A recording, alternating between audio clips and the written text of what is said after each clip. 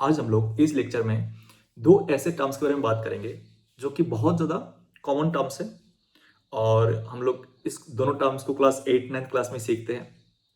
But दिक्कत क्या है कि दोनों टर्म्स के बीच में क्या डिफरेंस है ये मैक्सिमम स्टूडेंट्स को पता नहीं होता है। तो आज हम लोग इस लेक्चर में दोनों टर्म्स के बारे में सीखेंगे। दो टर्म्स की बात कर रहा हूँ, दोनों टर्म्स के बारे में आज हम लोग इस लेक्चर में सीखेंगे। और इसके बाद कि इन दोनों टर्म्स के बेसिस पे किस टाइप का क्वेश्चन पूछा जाता है जेईई में, उसके बारे में भी बात करेंगे। तो जो दो टर्म की बात कर रहा हूं वो दो टर्म है, एक होता है आइडेंटिटी, दूसरा is equation. Identity and equation. तो सबसे पहला टर्म है आइडेंटिटी। ठीक है, अब आइडेंटिटी और इक्वेशन से सुनने में सेमी टाइप का लगता है, बट इनमें से एक बहुत इंपॉर्टेंट डिफरेंस है। और डिफरेंस क्या है कि आइडेंटिटी जो है that is true for every value of x. अगर मुझे डेफिनेशन लिखना है तो मैं लिखूंगा identity is true for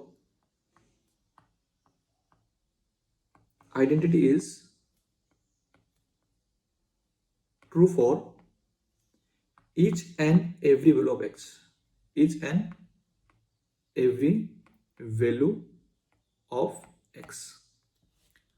but equation क्या है देन? Equation is only satisfied by its roots only. अगर मैं इक्वेशन का डेफिनेशन लिखना चाहूंगा तो equation is true for its roots only. मतलब क्या, जो आइडेंटिटी है that is satisfied by each and every value of x. अब कोई भी वैल्यू पुट कर दो वो हमेशा सेटिस्फाई करेगा। लेकिन इक्वेशन क्या है? इक्वेशन एक ऐसा इक्वेशन है जो स्पेसिफिक एक दो वैल्यू उसको सेटिस्फाई करेगा, और वो वैल्यू क्या होगा, उसका रूट ही होगा। बाकी कोई भी वैल्यू उस इक्वेशन को सेटिस्फाई नहीं करेगा। ठीक है, एक एग्जांपल की हेल्प से हम लोग समझ लेते हैं कि what is identity and what is equation. अगर मुझे आइडेंटिटी का एग्जांपल लिखना है तो मैं लिखूंगा कि लेट्स से ये x प्लस 1 का whole square equal to x square plus 2x plus 1। This is an identity. x plus 1 का होल स्क्वायर लिख दिया और राइट साइड में उसी का x बन करके लिख दिया मैंने। So that becomes N identity because this is satisfied by each and every value of x। अगर इसमें आप x इक्वल टू 1 पुट करोगे तब भी सेटिस्फाई करेगा। अगर आप x इक्वल टू 2 पुट करोगे तब भी सेटिस्फाई करेगा। अगर x इक्वल टू आप -10 पुट करोगे तब भी इसको सेटिस्फाई करेगा। So this is satisfied by each and every value of x, so that is an identity। Equation क्या है इधर? अगर मैं लिखता हूं कि x square minus 5x plus 6 equal to 0, this is an equation. क्यों? क्योंकि ये जो इक्वेशन है this is only satisfied by two value of x। अगर आप x इक्वल टू 2 पुट करोगे सेटिस्फाई करेगा। देखना 4 minus 5 into 2 10 plus 6 equal to 0, तो 0 इक्वल टू 0 आ रहा है, मतलब सेटिस्फाई कर रहा है। अगर मैं x इक्वल टू 3 पुट करूंगा तब भी सेटिस्फाई करेगा। लेकिन अगर मैं x इक्वल टू 5 पुट कर दूंगा तब ये सेटिस्फाई नहीं करेगा। सो this is not an identity because identity is satisfied by each and every value of x। I hope कि डेफिनेशन जो डेफिनेशन है आइडेंटिटी का और इक्वेशन का एक क्लियर हो गया होगा। ठीक है, इनफैक्ट अगर मैं ऐसे बोलता हूँ और एक एग्जांपल लेना चाहूंगा मैं आइडेंटिटी का कि sine square x plus cos square x equal to 1। This is an identity because इसमें आप एक्स का कुछ भी वैल्यू रख दो कि sine square 2 plus cos square 2 equal to 1 हो जाएगा। So this is for all x belongs to R के लिए। So this is an identity. ये क्या है? फिर एक आइडेंटिटी है because this is satisfied by each and every value of x. I hope कि डेफिनेशन क्लियर है दोनों का। बट आइडेंटिटी का और एक दो डेफिनेशन हम लिख सकते हैं क्वेश्चन सोल्व करने के लिए। जो आइडेंटिटी बेस्ड क्वेश्चन होता है वो में सोल्व करने के लिए एक दो चीजें और पता होना चाहिए आइडेंटिटी के बारे में। दैट इज कि जो आइडेंटिटी होता है उसका पहला डेफिनेशन तो बता दिया मैंने कि which is true for every value of x और which has more roots than its degree. अगर कोई भी एक मान लो इक्वेशन बोल देते हैं, इक्वेशन है मान लो उसका डिग्री 3 है और रूट्स उसका 4 है। जैसे जनरली क्या होता है कि अगर डिग्री 3 है तो उसका रूट भी 3 ही आता है, राइट। लेकिन अगर कहीं भी अगर ऐसा देखने को मिल जाए कि मान लो एक इक्वेशन बोल देते हैं, एक इक्वेशन है उसमें 3 डिग्री है, मतलब हाईएस्ट पावर 3 है, लेकिन उसका रूट्स 4 है, मतलब that is not an equation, that is an identity, that is an identity. So if अगर रूट्स आता है, more roots than its degree, that means this is an identity. Okay, third definition जो है identity का, that is in which coefficient of each term is zero. जैसे मैंने एक example लिखा था, x प्लस 1 का होल स्क्वायर, x प्लस 1 का whole square equal to x square plus 2x plus 1. This is an identity. तो अगर मैं ऐसे लिखता हूँ कि इसको मैं एक्सपेंड कर देता हूँ, x square plus 2x plus 1 equal to x square plus 2x plus 1. अगर मैं एक्स स्क्वायर में लेफ्ट साइड में ले आता हूँ तो क्या आएगा, 1x square minus 1x square तो 0x square, 2x minus 2x तो 0 इंटू एक्स, 1 माइनस 1 तो 0 इक्वल टू 0. तो कोफिशिएंट ऑफ एवरी टर्म क्या होगा, 0 होगा अगर एक आइडेंटिटी है तो. So in which coefficient of each term is 0. और इसी चीज को यूज करके हम लोग क्वेश्चन में सोल्व करेंगे, है ना. ये सब डेफिनेशन, 3 डेफिनेशन बताया मैंने आइडेंटिटी का, जिसका यूज करके हम लोग क्वेश्चन सोल्व कर सकते हैं.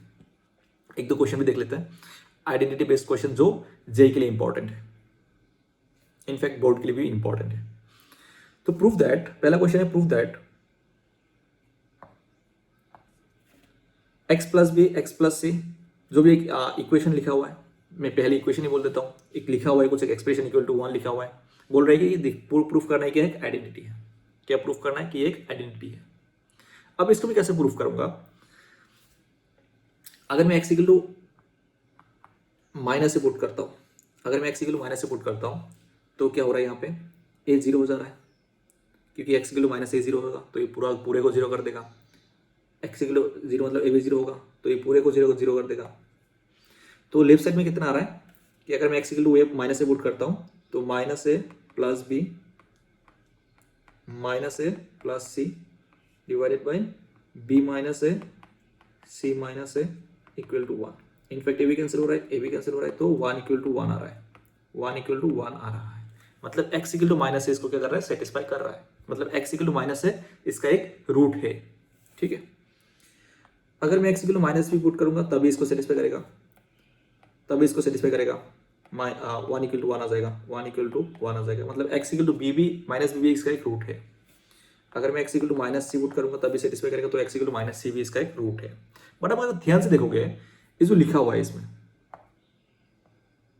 ये जो लिखा हुआ है इसका डिग्री कितना है, डिग्री इज 2, डिग्री इज 2. तो इसका रूट भी तो आना चाहिए था, लेकिन रूट कितना मिला, 1 2 3 root. Degree is 2, root is 3. That means this is not an identity, so this is not an equation, this is an identity. तो ऐसे करके हम लोग प्रूफ कर सकते हैं by the definition of identity. एक क्वेश्चन और सॉल्व करेंगे हम लोग, identity based question. Find the value of k for which, ये जो लिखा हुआ है दैट इज एन आइडेंटिटी. ये क्या होना चाहिए, एक आइडेंटिटी होगा.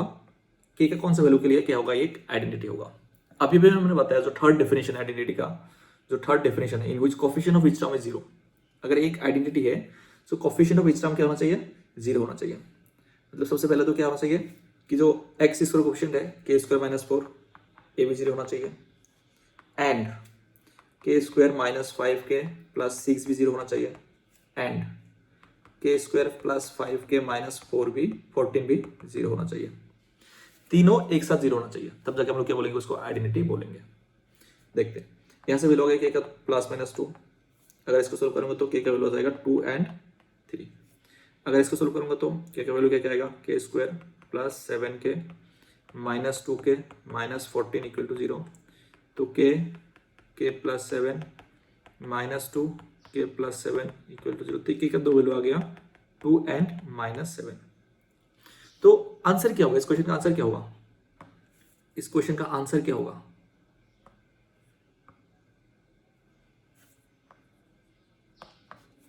Answer will be k equal to 2 only. एक ही आंसर आएगा, k इक्वल टू 2.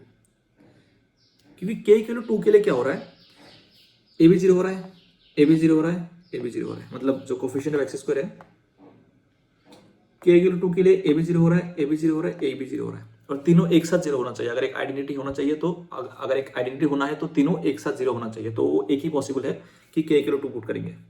अगर k के लिए 3 पुट करेंगे तो a तो 0 हो जाएगा, लेकिन a 0 नहीं होगा, a भी 0 नहीं होगा। तो the answer is k equal to 2 और एक ही आंसर आएगा k का वैल्यू दैट इज 2।